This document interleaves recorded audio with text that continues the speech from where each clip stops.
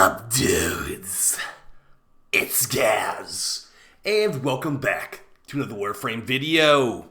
So we got a big hotfix today that's making the Techrot Encore update a lot better. So we'll be covering that. There's a ton of changes to exalted weapons, actual buffs to CODA weapons too. I was about to make a CODA weapon tier list. I guess it's going to come out tomorrow instead.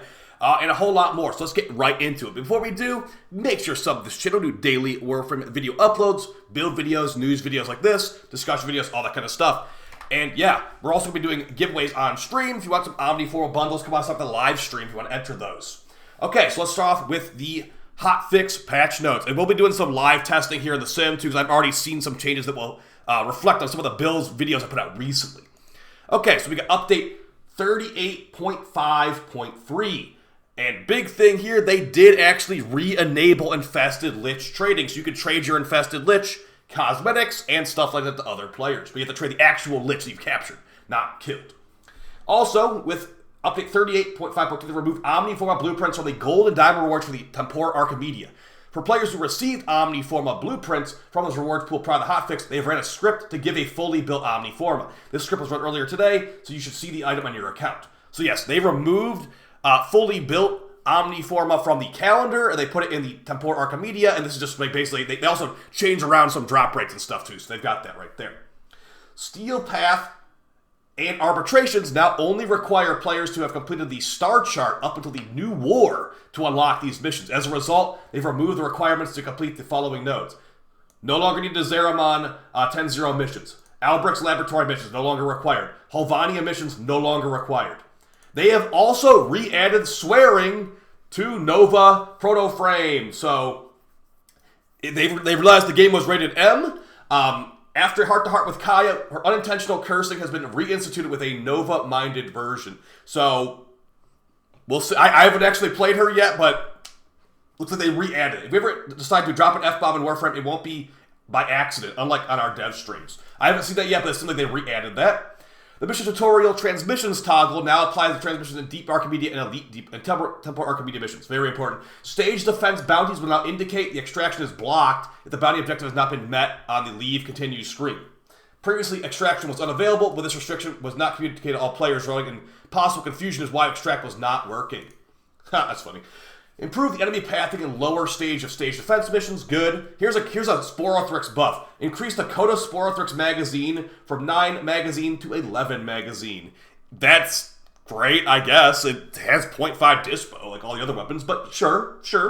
A buff nonetheless. Refined Temple's ability sound effects to reduce audio fatigue. Added metronome sound effects to help players time the Temple backbeat. Oh gosh. That makes them sound more annoying to play, honestly. Extra sound effects. Improved sound effects of Techrot cache keys make it easier to find. It's helpful with the new cache locations. And Crossfire missions now actually show what mission it is in the navigation screen. That's a long time coming on that change. Alright, so we've got some exalted changes here. Let's start things off with the Rauta. The Rauta did not work with these new exalteds, and now it does. So if you have the Rauta equipped, it builds combo from shotgun shots. As long as it is your exalted weapon is your currently active weapon, you will get Rauta combo. So let's go ahead and test that right now in the sim on Ash. Now I already did read ahead a little bit, and Ash did get some changes with Crescendo, so we'll show that too. But yeah, let's just go ahead and first check out Rauta with Ash and see how much combo we can actually get. So I'm gonna summon in some Exo Gokstads, and I'm gonna just, I mean, we could technically buff up. See, there we go. Okay, so do they have to be actually stabbing while you're doing it? It might not work on Bladestorm. It might not work on Bladestorm. I'm firing my Rauta, and it's only working on my Magistar, so let's try that with maybe somebody else. If it doesn't work with Ash and Bladestorm, which it's not that surprising it does. Let's go ahead and go back to Cora. And we'll get the Rauta equipped on her, too. So, if you didn't know, the Rauta does give you combo on Shotgun Shot, but it was not actually working on these new Exalted. So I'm going to go ahead and throw on Cora now. Whip Claw. I don't get what they mean by it being your currently active weapon. Maybe it's only for actual Exalteds, then. I guess not for pseudo-Exalteds still. So if we go to Excalibur, this should definitely work then. So we have our Exalted out. We use our Rauta, and it should be maxed out combo really fast. See, I guess it doesn't work on Ashe or Korra, sadly. Okay, so we cast our ulti. We switch back to our Rauta. That should be enough. And we have 12x Exalted Blades, so that's pretty cool. So that's something that will definitely work. I haven't even messed with Excalibur that much since it changed. That's without melee influence, I'm pretty sure.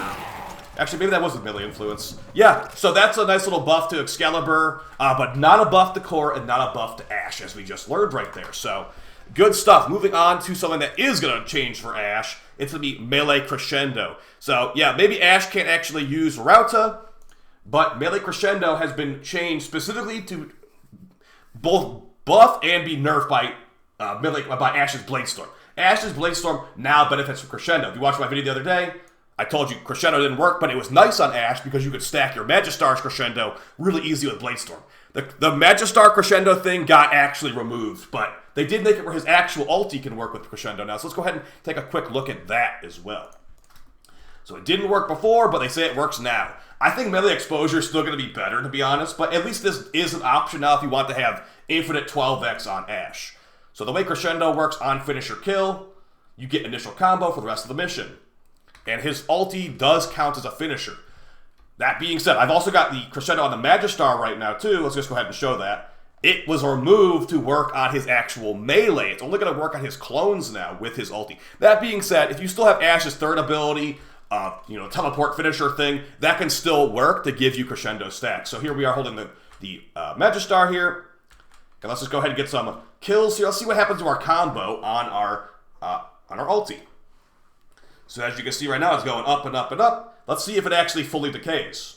And you also notice right now, my Magistar has 0 combo from that. Like, it got literally nothing from what just happened right there. So let's wait for the combo to wear out and see if we maintain that combo on our ultimate. Okay, looks like we're at... Okay, so we got a couple kills. Yes, you will walk around, it looks like, with this combo now. So it's a big nerf to use the Magistar with Ashe. As you see right there, normal finishers do count for that. But yeah, the actual ulti is now going to benefit from crescendo if you want to rock that, which I wouldn't really recommend it. But you could, it's definitely going to be less damage than exposure in my opinion, but at least it is an option now if you do want to rock that. So yeah, maybe a little bit of a nerf to melee crescendo on his actual melee, but a buff to melee crescendo on the shadow clones. So good stuff in that regard. Ashe is definitely very, very, very powerful on the current patch. But yeah, crescendo got changed. Let's just put the word changed there. Moving on. Remove the ability to equip melee crescendo on Whip Claw, Shattered Lash, and Landslide Fist because they can't perform finishers. Melee crescendo not only increases the initial combo of the weapon that's of a finisher performed with... Okay, so yeah, literally right here, this is them saying, Gaz, your video got nerfed. The only exception to the rule is pairs on finishers will count towards all weapons with the melee crescendo equipped. Channeled exalted weapons like Exalted Blade will still only be able to stack melee crescendo while they're active. Melee crescendo stacks will persist while the exalted weapon is inactive, but new stacks can't be gained until the channel once over. It is channeled once more. Ashe's Bladestorm fixed some things with it where it was not working properly, like not getting combo discipline stacks or ability combo not appearing for clients. That's good. They fixed that. Baruch's Serene Storm. Baruch's reactive storm augment will now prioritize Desert Wind's dominant damage type if it matches the enemy's weakness. If there are no matches, it will prioritize the combined elementals like corrosive, viral, etc. Fix Serene Storm waves not triggering melee influence. Yeah, so Baruch should be actually working the way he's supposed to now. This is part of the reason I was trying to avoid some of these frames testing until it actually came out. So it looks like that's pretty good in that regard. Mesa's Peacemaker fixed a very short delay after deactivating Mesa's Peacemaker that prevented player input. Good, I hate when those kind of bugs get added in.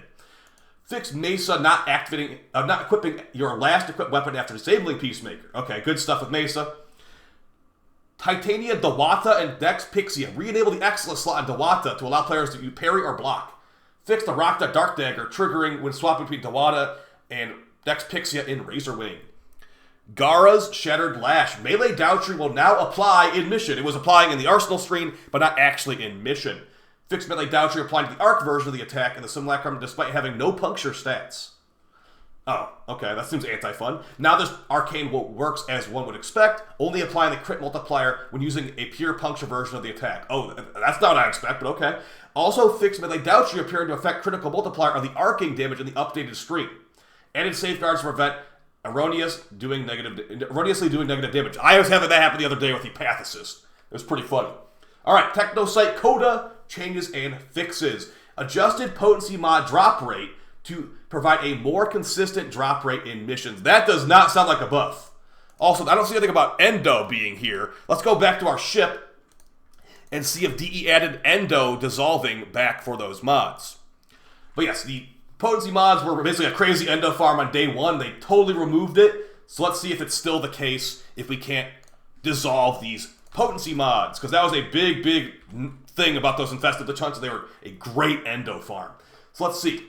I've got 462 copies of Immunoshield, and you still can't dissolve them. Darn. Okay, well, they did say they'd add that back when they decide what the number would be. It looks like they have not decided the number yet. That's kind of unfortunate.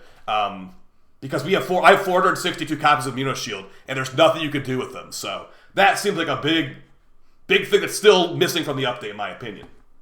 Moving on, though. Remove more words from the Technosite. CODA weapon name generation would make unfortunate name combos. Polished various Technosite CODA animations. Polished the CODA weapons purchase screen. Antivirus bounty will now appear at the top of the bounty board instead of at the bottom. Fix the CODA fight not appearing once you reach 100% virality. I heard that bug so much in my chat. So hopefully that fixed it for you guys. Fixed traded Technosite CODA is not progressing properly, and they've also re-added trading for them, so that's great. You get that last ephemera for me.